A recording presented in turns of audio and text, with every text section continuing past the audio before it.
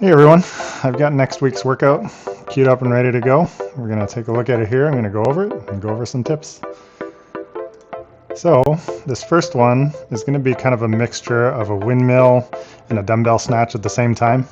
So we're going to be basically putting the dumbbell all the way down to the floor, up over your head, and then we're going to be using basically a full body movement. It requires a lot of stability in the shoulder and in the core. But it's really good for just overall strength and utility. I find this to be easier with a dumbbell. You can do it with a kettlebell too, but if you don't have your technique with the kettlebell, it can be uncomfortable on your wrists. So I do recommend using the dumbbell unless you need the heavier weights, because that's all I have in the gym available right now for anything over 50 pounds.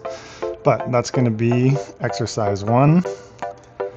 The next one is going to be a variation of single leg toes to bar. The pull-up is actually optional in between, so if you want to have that extra little bit of a pull, you can do that. But honestly, what I want to work on is just the toes to bar. So you're going to be using your leg and your hip flexors, a little bit of momentum on the bar to be able to get your foot up to tap the opposite side of where your hand is. You can see I'm kind of alternating sides there.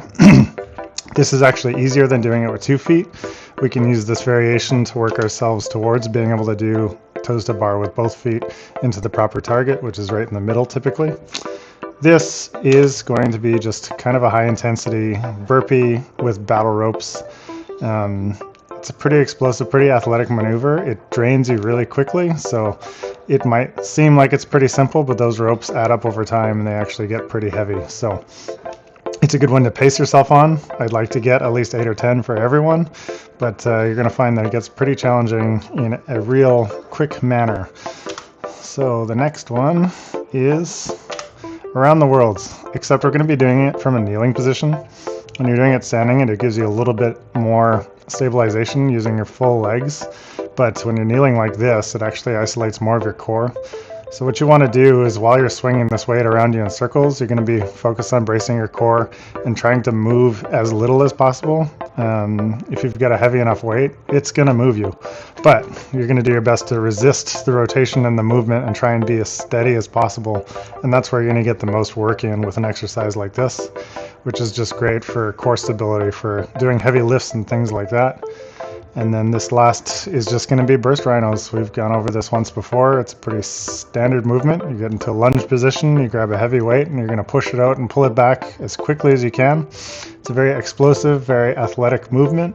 So it's really good for developing some conditioning and overall everything. That's going to be the workout for next week.